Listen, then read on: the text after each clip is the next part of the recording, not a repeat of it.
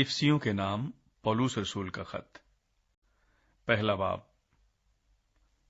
पौलुस की तरफ से, जो खुदा की मर्जी से मसीह यस्सु का रसूल है, उन मुकद्दसों के नाम जो इफसस में हैं और मसीह यस्सु में ईमानदार हैं। हमारे बाप खुदा और खुदावन यस्सु मसीह की तरफ से तुम्हें फजल और इत्मीनान हासिल होता रहे। मसीह में रूहानी बरकत। हमारे खुदावन यस्सु मसीह के खुदा और बाप की हम्द हो, जिसने हमको मसीह में आसमानी मुकामों पर हर तरह की रूहानी बरकत बख्शी। चुनांचे उसने हमको बनाए आलम से पेशतर उसमें चुन लिया, ताकि हम उसके नजदीक मोहब्बत में पाक और बेऐब हों।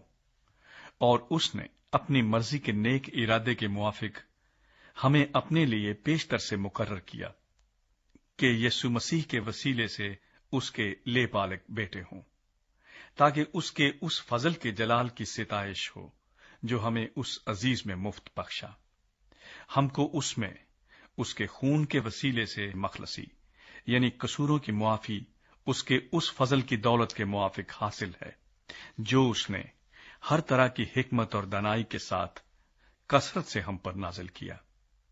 चुनांचे उसने अपनी मर्जी के भेद को अपने उस नेक इरादे के मुआफिक हम पर जाहिर किया, जिसे अपने आप में ठहरा लिया था, ताकि जमानों के पूरे होने का ऐसा इंतजाम हो कि मसीह में सब चीजों का मजमुआ हो जाए, खा वो आसमान की हो खा जमीन की। उसी में हम भी उसके इरादे के मुआफिक, जो अपनी मर्जी की मसलहत से सब कुछ करता है, पेशतर से मुकर्रर होकर मीरास बने, ताकि हम जो पहले से मसीह की उम्मीद में थे उसके जलाल की सिताइश का बायस हों। और उसी में तुम पर भी, जब तुमने कलाम हक को सुना जो तुम्हारी नजात की खुशखबरी है, और उस पर ईमान लाए, पाक मऊदा रूह की मोहर लगी। वही खुदा की मिल्कियत की मखलसी के लिए हमारी मीरास का बयाना है, ताकि उसके जलाल की सिताइश हो। पौलुस की दुआ।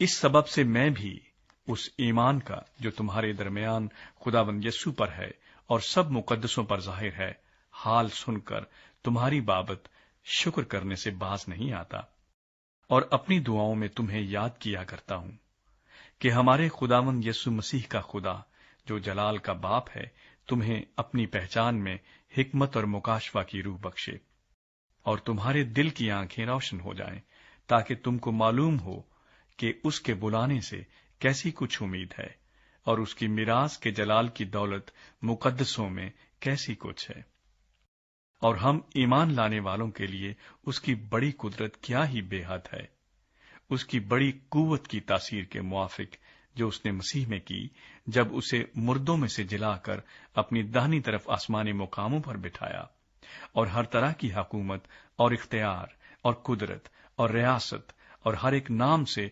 बहुत बुलंद किया, जो ना सिर्फ इस जहान में बल्कि आने वाले जहान में भी लिया जाएगा, और सब कुछ उसके पांव तले कर दिया, और उसको सब चीजों का सरदार बनाकर कलीसिया को दे दिया।